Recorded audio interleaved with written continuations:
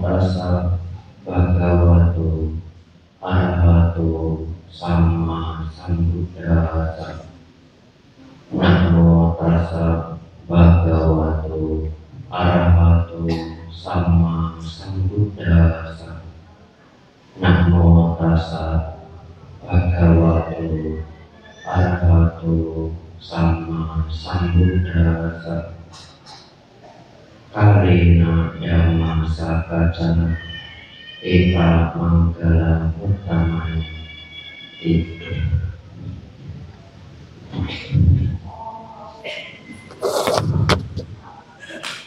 Yang dimuliakan Sabda Dhamma Sangha,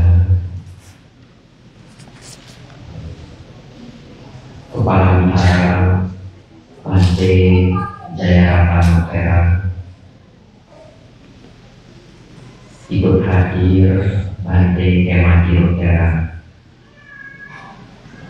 para romo dan kawan, pengurus dan juga keluarga wihara, serta Bapak Ibu, saudara-saudari semua.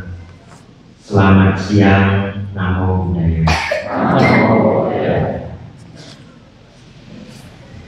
Bapak Ibu Saudara,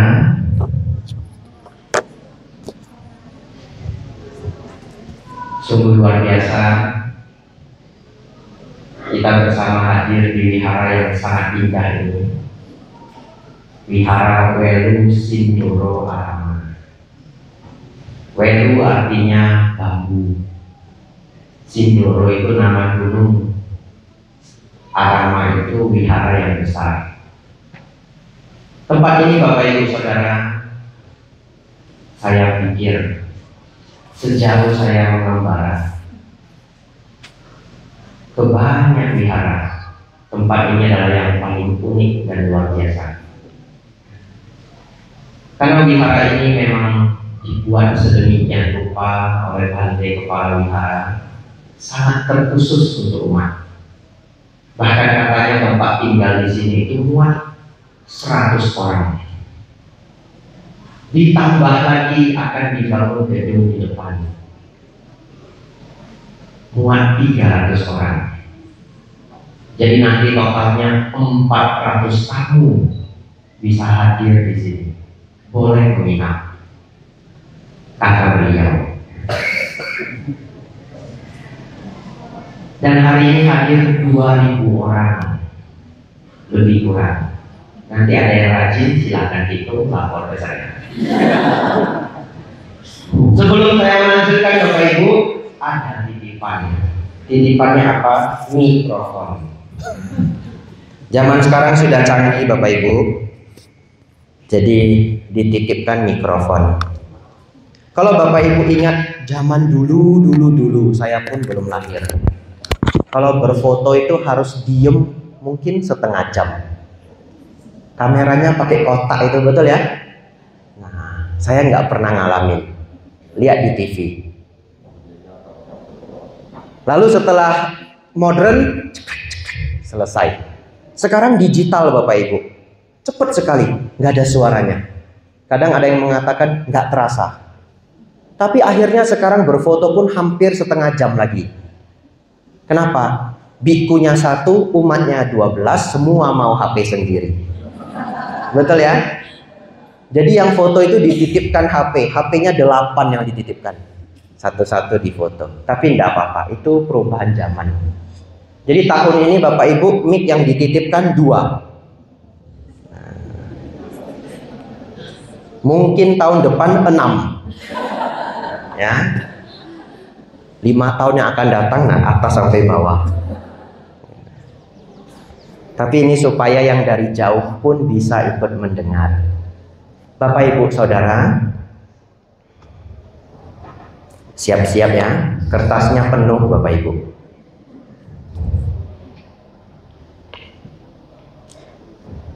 Bapak Ibu Saudara, juga sampai yang di belakang sana.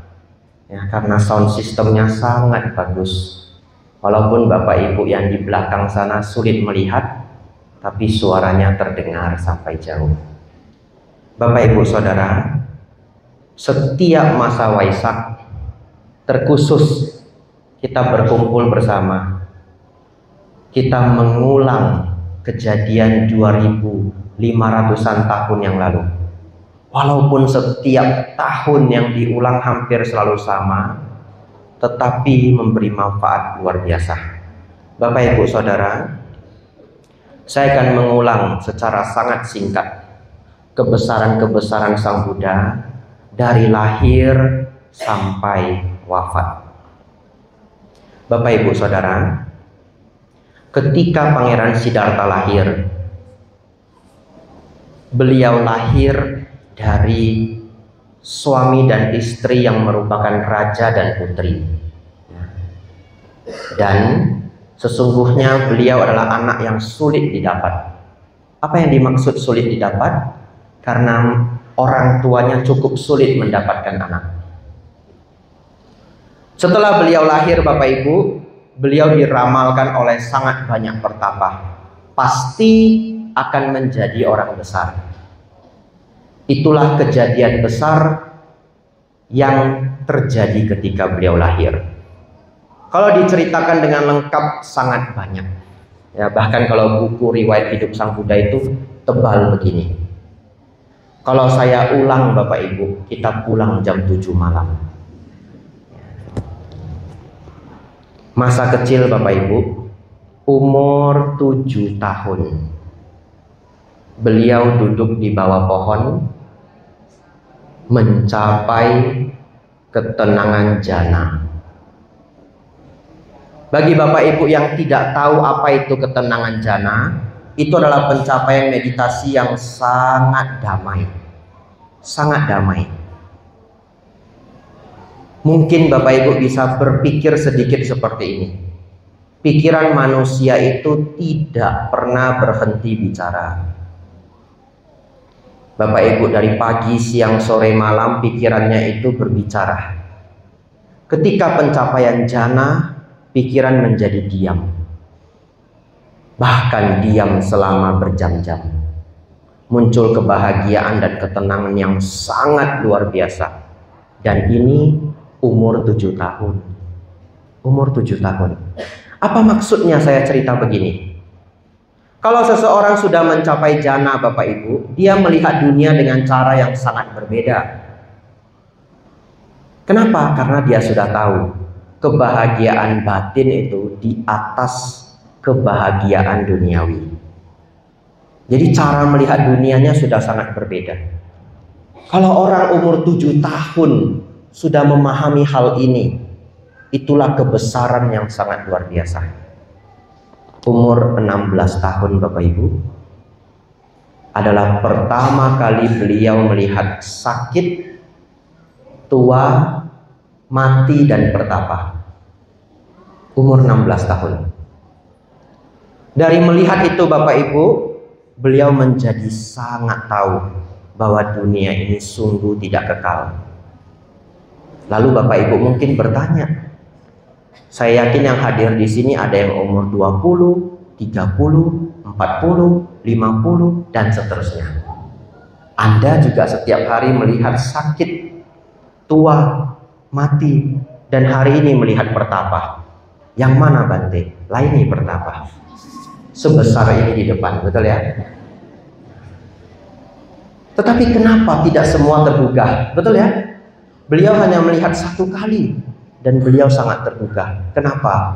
Itulah kebesaran beliau. Umur 7 tahun pun mencapai ketenangan jana. Bapak Ibu Saudara, umur 29 tahun beliau meninggalkan istana untuk mencari obat dari penderitaan. Beliau belajar dari banyak guru. Yang paling terkenal adalah Alara Kalama dan Udakara Maputa. Bertapa dengan 2 guru sangat terkenal ini. Namun tidak mendapatkan jawaban dan hasil yang memuaskan. Akhirnya beliau berlatih sendiri. Beliau mengambil tekad Bapak Ibu. Beliau mengucapkan secara singkat, saya tidak akan pergi dari tempat ini sebelum darahku mengering dan tulangku menjadi abu. Itulah tekad yang diambil oleh Sang Buddha di bawah pohon Bodhi, sehingga beliau mencapai kesempurnaan di umur 35 tahun. Karena ini hanya mengenang Bapak Ibu, tidak banyak saya jelaskan. Tapi semoga Waisak tahun ini Bapak Ibu mendapatkan gambaran besar kehidupan Sang Buddha. Apa yang terjadi ketika lahir, umur 7 tahun, umur 16 tahun, umur 29 tahun, umur 35 tahun. Setelah itu Bapak Ibu Saudara, umur berapa beliau wafat Bapak Ibu Saudara? Umur 80 tahun. Kita umat Buddha sering menggunakan kata Mahaparinibbana. Tapi akhir-akhir ini saya ubah menjadi kata wafat. Dan tentu saya akan tetap mengingatkan wafat Sang Buddha kita kenal dengan Mahaparinibbana. Kenapa? Karena ternyata setelah melihat respon dari umat Buddha di internet, sering banyak yang tidak tahu istilah-istilah Pali, sehingga saya sederhanakan. Tetapi tetap saya beri bahasa Palinya, supaya Bapak Ibu Saudara berkembang pengetahuan bahasa Pali. Baik, itu 10 menit mengenang Sang Buddha Bapak Ibu. Saya sambil melihat jam ya, jamnya di depan saya. Diakhiri dengan Mahaparinibbana. Ketika beliau akan mangkat, ketika beliau akan parinibbana, para dewa menaburkan bunga-bunga surgawi. Orang biasa tidak nampak Bapak Ibu, tapi mereka yang punya mata dewa, mereka melihat jelas bunga-bunga berjatuhan dari atas langit. Lalu Bapak Ibu Saudara, Sang Buddha mengatakan demikian kepada Bante Ananda. Ananda, lihatlah, bunga-bunga bertebaran, ditebar oleh para dewa. Ini pesan penting sore hari ini Bapak Ibu. Untung sudah jam 2. Kalau tadi jam 12.30 itu ceramahnya susah. Kenapa? Baru masuk pisang goreng, nasi kuning, sate jamur. 12.30 itu mau dengarkan dharma itu sulit sekali.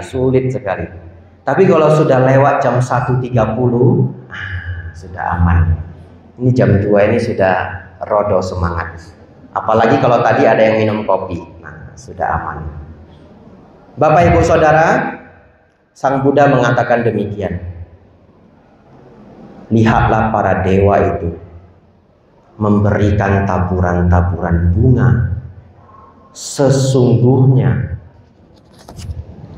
penghormatan tertinggi kepadaku, ku itu Sang Buddha ya, penghormatan tertinggi kepadaku adalah mempraktikkan ajaranku.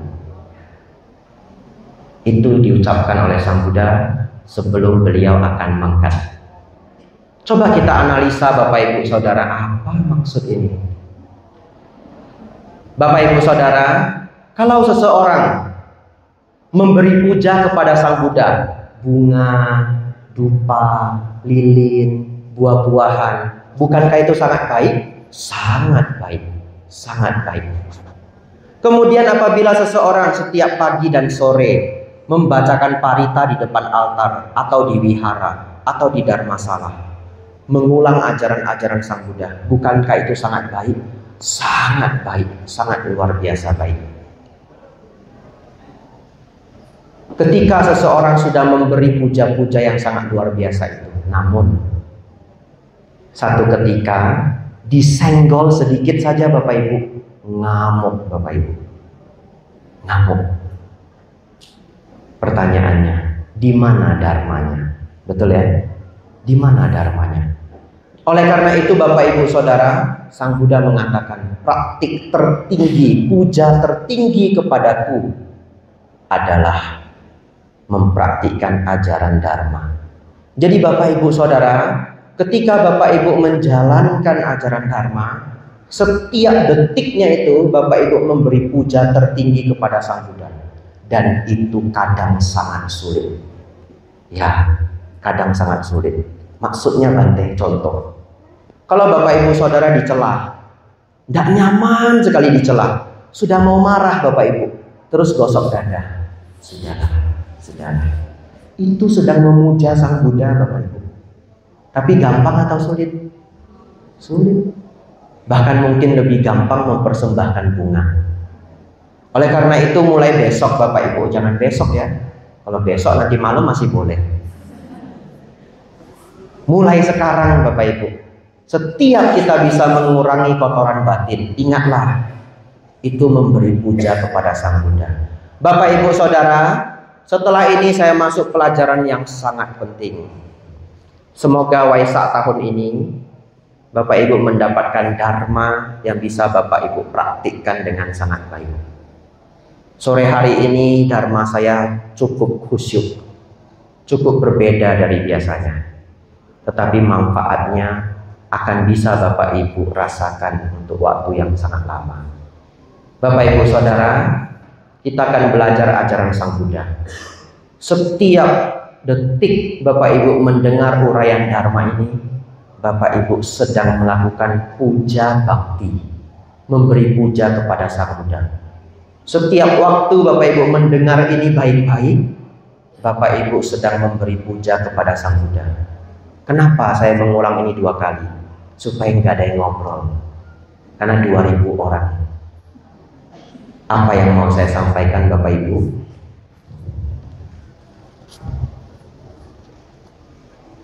Baik. Sang Buddha mengatakan, diri sendiri adalah pelindung bagi diri sendiri. Diri sendiri adalah pelindung bagi diri sendiri. Ini yang dikatakan oleh Sang Buddha Bapak Ibu. Oleh karena itu, hari ini saya ingin sekali Bapak Ibu sanggup menjadi pelindung bagi diri Bapak Ibu sendiri. Kenapa Bante? Karena pada akhirnya Anda akan sendirian. Kecuali Anda sangat beruntung. Enggak Bante, saya banyak anak. Satu ketika Bapak Ibu anak Anda mungkin tinggal di luar kota. Satu ketika anak Anda mungkin nikah ikut suaminya. Enggak Bante, ada cucu. Ya, nanti cucu sudah besar Bapak Ibu, dia kuliah. Kuliahnya di mana? Surabaya. Kuliahnya di mana? Solo, Jakarta, Bali, Australia, Wihara Mendut. Tidak ketemu lagi. Yang mana tahu ada yang Wihara Mendut ya? Boleh daftar ya. Pak Baja biasanya bulan Juli. Bapak Ibu Saudara, enggak Bante, saya punya suami, punya istri. Mungkin ada yang ekstrim. Enggak Bante, istri saya 3. Mungkin. Pasti ada yang nemenin. Ya, kadang-kadang umur Anda yang paling panjang. Karena Anda sering dana makan. Ayu wano sukhang baklang. Semoga Anda panjang umur. Umurnya panjang sekali. Teman-teman semua sudah berangkat. Kadangkala Anda akhirnya akan sendiri. Oleh karena itu Bapak Ibu Saudara, Sang Buddha mengatakan diri sendiri adalah pelindung bagi diri sendiri.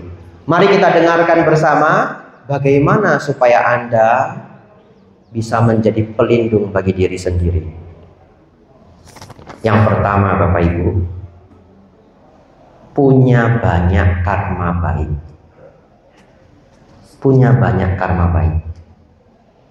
Ketika nanti kita sudah tua, sulit sekali melakukan sesuatunya tanpa dibantu orang. Kadang-kadang kalau sudah sepuh sekali, mau nyebrang jalan aja susah. Harus nunggu ada yang menyeberangkan. Tetapi kalau sepanjang usia muda kita banyak berbuat baik. Kenal orang di mana-mana Bapak Ibu. Hidup kita akan jauh lebih gampang. Apalagi kalau tidak pernah ada musuh. Yang menjaga adalah tetangga. Apalagi kalau di suasana desa seperti ini. Ya, tetangga itu sangat berharga. Kalau di kota kadang tetangga kita siapa aja nggak kenal. Tapi kalau di desa, tetangga seperti saudara. Bapak Ibu Saudara, siapkanlah banyak kebajikan sembari kita bertambahnya umur. Bukan hanya Bapak Ibu, saya pun menabung kebajikan. Bagaimana caranya? Memberi pembinaan dhamma. Terus mau berbuat kebajikan bagaimana, Bante? Banyak sekali cara. Banyak sekali cara. Apa yang paling bermanfaat, Bante? Ini bukan karena kebetulan. Bukan juga karena saya dititip-titipkan. Bukan. Ya. Tidak ada pesan tersembunyi, tidak ada.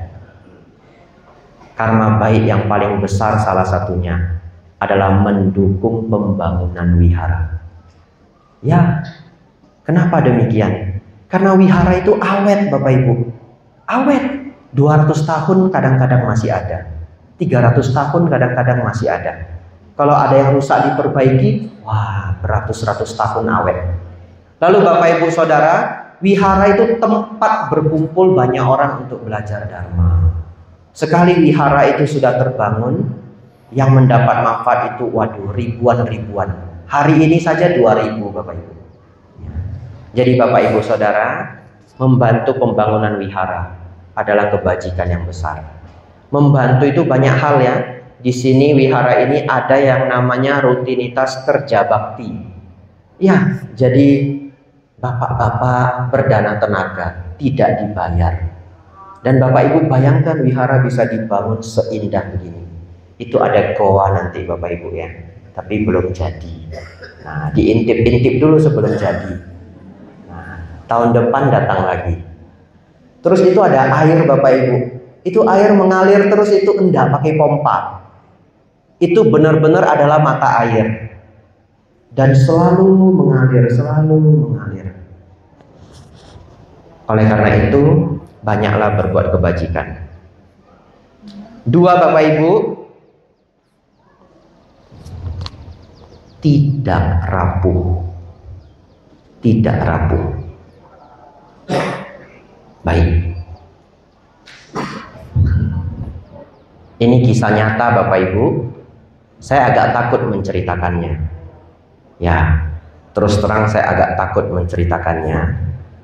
Tapi setelah merenung, saya memberanikan diri. Semoga orangnya tidak dengar. Ya. Kalau orangnya dengar, semoga tidak marah. Ya. Orangnya nggak di sini, jangan khawatir. Di waktu yang lalu Bapak Ibu, lalunya kapan Bante? Nggak berani saya kasih tahu. Nanti jadi ketahuan. Di waktu yang lalu, saya datang ke satu sekolah. Lalu di acara besar, berkumpul para guru, orang tua murid, dan semua kegiatan berjalan lancar. Selesai acara Bapak Ibu, ada foto bersama. Karena itu di sekolah yang mau berfoto banyak sekali. Setelah guru, panitia, orang tua murid, anak SD, SMP, SMA.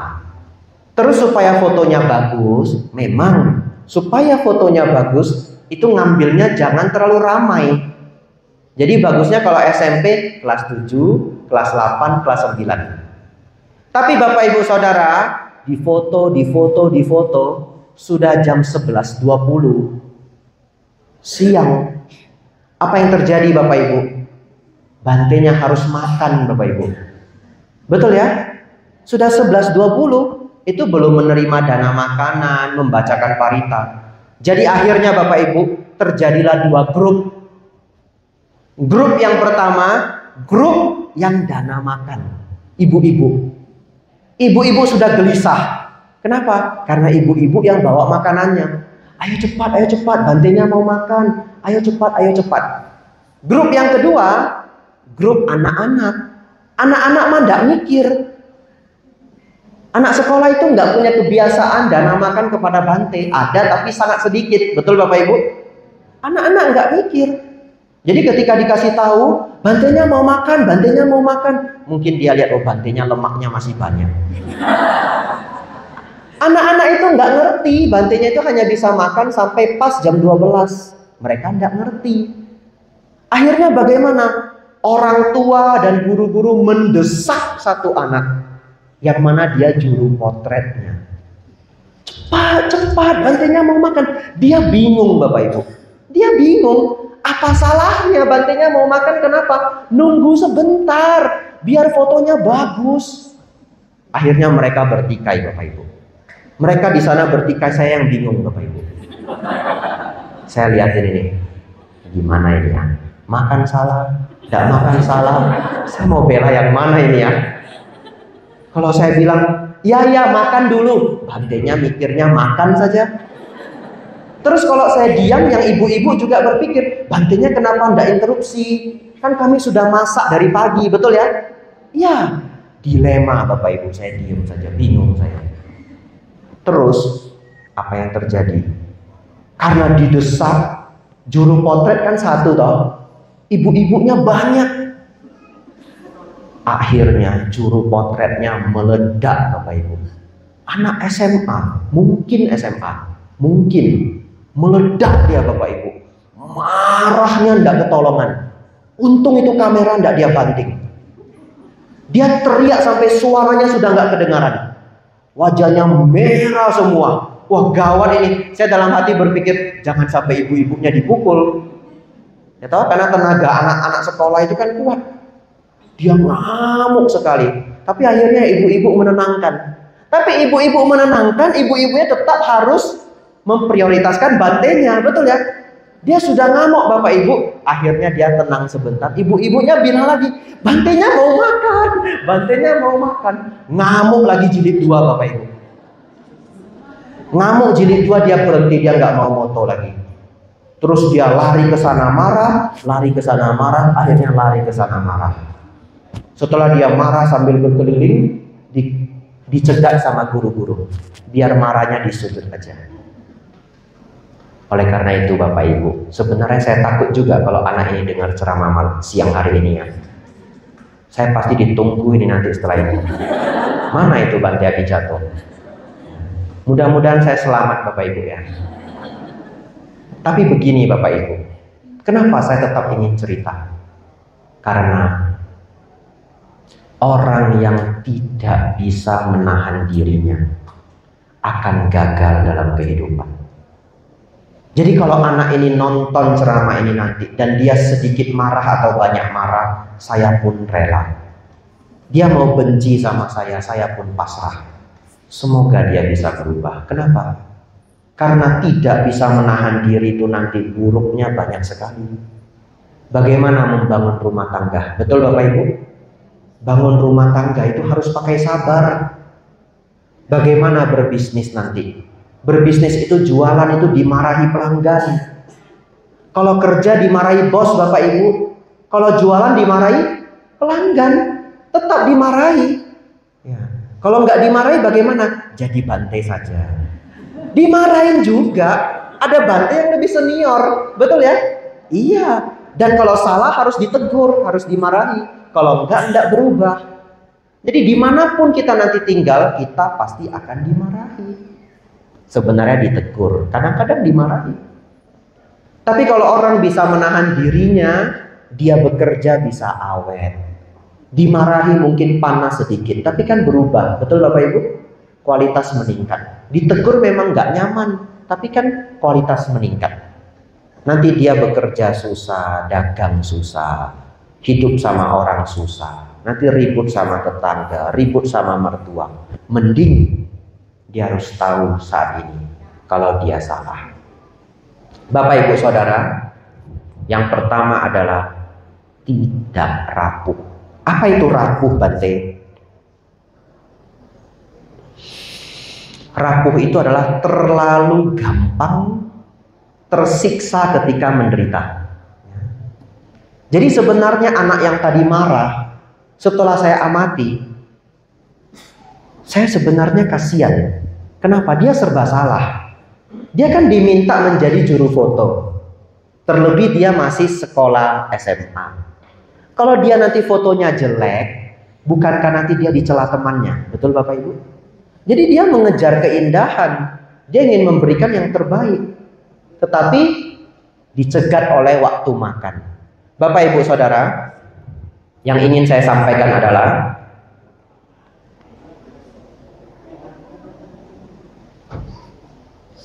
kalau orang itu tidak rapuh, setiap kali muncul duka, bersabar. Dan setelah bersabar kita akan bertumbuh. Badan dan pikiran kita sangat aneh Bapak Ibu. Kalau Bapak Ibu kepanasan, tinggal di satu tempat panas sekali, bersabarlah. Setelah 1 minggu, biarpun ruam di sini, panas sampai ruam semua, gerah sekali. Setelah 1 minggu, penyiksaan itu akan berkurang rasanya. Tubuh kita ini hebat sekali. Setelah 10 hari, Bapak Ibu tahan panas. Lah kok Bante tahu? Ya, karena saya tinggal di Thailand bulan April. Bulan April di Thailand itu panasnya tidak ketolongan Bapak Ibu. Kipas angin itu dibuka maksimal, terus enggak di swing, enggak diputer-puter, ditembak langsung ke badan, anginnya enggak terasa. Betul, saya sambil belajar, panas ini, merah semua. Saya sambil liatin kipas anginnya, gerak enggak kipas anginnya? Lihatin begini, gerak. Pantesan orang Thailand itu kalau kena kipas angin Bapak Ibu nggak bisa masuk angin. Kalau saya di Indonesia, kadang-kadang kalau kipas angin itu nggak di swingnya, pasti masuk angin Bapak Ibu. Ternyata mereka kebal angin. Sekarang saya sudah tahu kenapa mereka kebal angin. Saking panasnya. Tapi setelah 1 minggu, 2 minggu, ya enggak apa-apa. Tapi ini badan tiap hari merah Bapak Ibu. Ruam semua. Enggak pakai bedak, enggak pakai obat. Biarin aja. Lama-lama menjadi kuat. Sejak melewati masa sangat panas itu Bapak Ibu, kalau saya ke tempat yang panas, saya sudah tidak gelisah. Saya berpikir, tidak ada yang lebih panas daripada Thailand di bulan April. Mungkin ada yang lebih panas setelah itu. Harus padang pasir Bapak Ibu. Tapi itu pun sudah panas sekali. Bapak Ibu Saudara, ketika Bapak Ibu menerima duka, belajarlah bersabar. Sang Buddha mengatakan, kantik paramang tapo titikang. Tapa tertinggi adalah kantik. Kantik itu kesabaran atau ketahanan. Bapak Ibu Saudara, yang pertama adalah karma baik. Yang kedua adalah tidak rapuh. Agar kita bisa menjadi perlindungan bagi diri sendiri. 2 lagi Bapak Ibu. Nomor 2. Ada hubungannya dengan nomor 1. Tapi ini pengembangannya. Pengendalian diri dan kebijaksanaan. Baik. Ada sebuah eksperimen Bapak Ibu, sangat terkenal, namanya eksperimen marshmallow. Apa itu marshmallow Bante? Kalau di Rejosari enggak ada ya. Di Rejosari adanya getuk. Marshmallow itu makanannya orang Amerika. Dia permen tapi lembut. Ya, bisa dipanggang. Kalau di supermarket ada Bapak Ibu. Tapi kalau di Rejosari ya getuk. Bapak Ibu Saudara, ada satu eksperimen tahun 1970 dilakukan oleh Stanford, universitas terbaik di dunia, top 4 dunia, Stanford. Mereka melakukan apa? Lucu sekali Bapak Ibu. Mereka ambil anak-anak yang masih balita, kemudian dikasih janji. Anak-anak itu didudukin, kemudian depannya dikasih permen marshmallow itu. Kemudian diberi janji, kalau adik bisa nunggu 15 menit, permennya enggak dimakan, atau roti. Kadang-kadang mereka pakai roti juga. Yang pokoknya yang apa yang anak itu paling suka. Mereka nanya dulu orang tuanya, anaknya paling suka apa? Kalau bisa nunggu 15 menit, itu permen, itu roti nanti ditambahin 1. Ya, hampir semua anak-anak Bapak Ibu tidak tahan. Jadi begitu orangnya pergi meninggalkan tempat, anak-anak itu liatin permennya, liatin rotinya ya. Awal-awalnya sih dia tidak mau makan, dia bertekad tidak mau makan. Lucu loh anak-anak itu. Ya nanti Bapak Ibu kalau penasaran, tapi janganlah ya nanti seperti anaknya tersiksa ya. Gara-gara dengar ceramah nanti anaknya dijadi itu percobaan. Lalu adik-adik itu permen rotinya itu dicium-cium, diendus-endus, disayang-sayang, diletakin lagi. Ada yang nggak tahan, akhirnya dimakan. Sedikit, sebagian bisa bertahan 15 menit tidak dimakan. Lalu setelah orangnya balik, penelitinya balik, ditambahin. Bapak Ibu Saudara, setelah puluhan tahun, karena datanya disimpan, karena yang melakukan eksperimen itu universitas besar Stanford, mereka simpan datanya Bapak Ibu. Setelah mereka berumur besar, mereka cek lagi anak-anak ini. Dan Bapak Ibu tahu, anak-anak yang dulunya bisa menahan diri tidak makan itu permen 15 menit, ternyata luar biasa. Nilai ujian mereka itu lebih tinggi daripada anak lainnya. Kalau di Amerika ada ujian namanya SAT, ada matematikanya. Skor atau nilai dari SAT-nya lebih tinggi Bapak Ibu Saudara. Kemudian pencapaian karir mereka juga lebih tinggi. Jadi di sini mereka mendapatkan bahwa orang yang mampu menahan diri itu ternyata lebih berhasil dalam kehidupan. Bapak Ibu Saudara, oleh karena itu kembangkanlah kemampuan, yaitu bisa mengendalikan diri. Ya, jangan gampang meledak, jangan gampang kehilangan kendali diri. Bapak Ibu Saudara, Sang Buddha mengatakan di hutan belantara ini ada begitu banyak daun. Kemudian beliau ambil segenggam daun.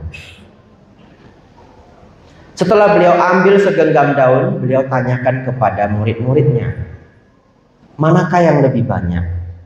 Daun di dalam genggaman ini atau daun yang ada di seluruh hutan? Manakah yang lebih banyak Bapak Ibu? Pasti yang di seluruh hutan. Seperti itulah ajaran para Buddha. Sesungguhnya pengetahuan Sang Buddha itu seperti daun yang ada di belantara hutan. Tetapi yang beliau ajarkan itu hanya segelintir. Hanya yang segenggam ini. Kenapa? Karena hanya yang segenggam ini yang membawa pada bebasnya penderitaan. Bapak Ibu Saudara, zaman ini manusia sudah menjadi sangat pintar. Pengetahuan begitu banyak. Orang bahkan bisa membangun gedung pencakar langit. Tapi Bapak Ibu Saudara, coba Anda perhatikan.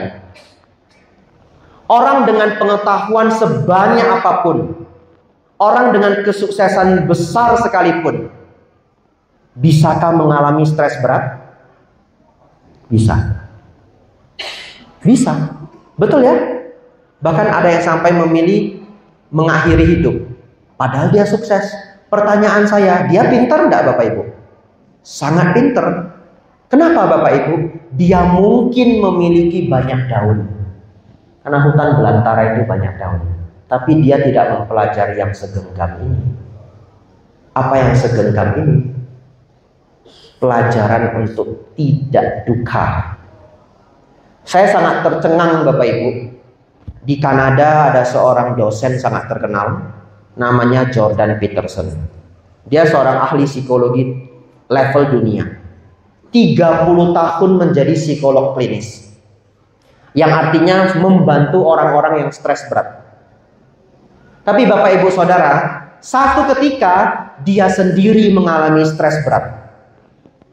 Ya, lucu ya? Ya. Dia tuh tiap hari bantu orang yang stres berat. Dia punya ilmunya.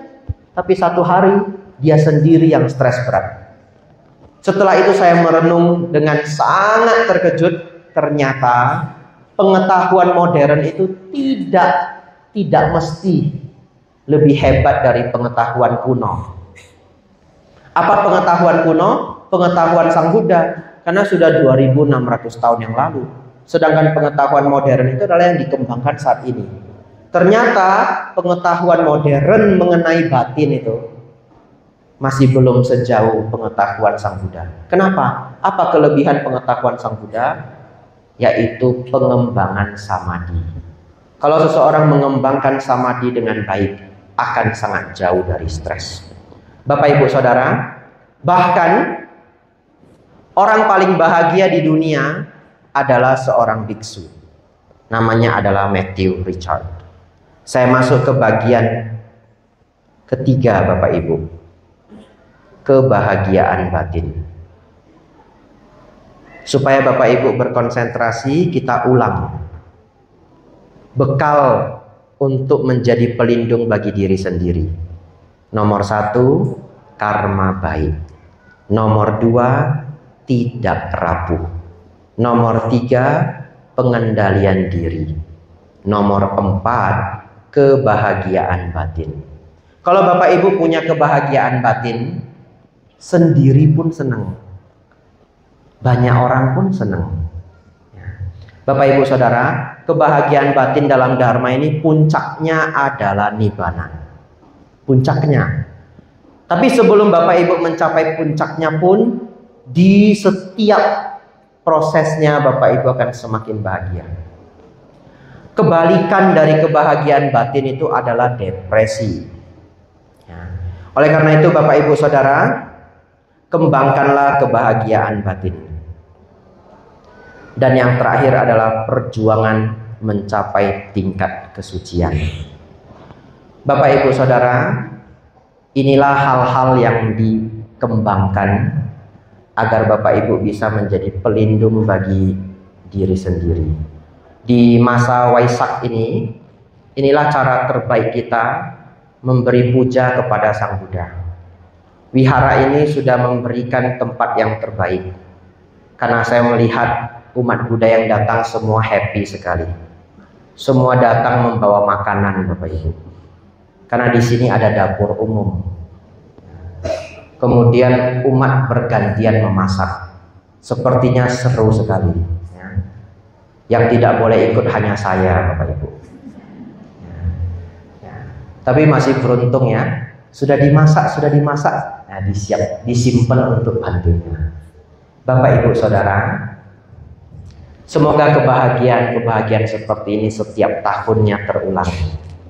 Dan wihara ini menjadi semakin dikenal oleh banyak orang. Tentu para umat dari desa juga sangat senang wihara ini bisa didatangi oleh orang dari segala macam penjuru. Nanti sudah siap gedungnya, akan semakin ramai lagi. Titipan saya hari ini, bahagia dalam berkomunitas adalah sangat baik. Tapi mengembangkan diri sesuai ajaran Sang Buddha adalah yang terbaik. Bapak Ibu, nikmatilah keduanya. Masa Waisak ini untuk mengembangkan diri. Anumodana semuanya sudah mendengarkan dengan sungguh sangat baik. Semoga Bapak Ibu Saudara semakin berkembang dalam Dhamma, berkembang dalam kehidupan. Selamat merayakan Hari Trisuci Waisak.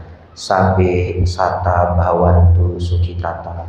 Semoga semua makhluk hidup berbahagia. Sadhu, sadhu, sadhu.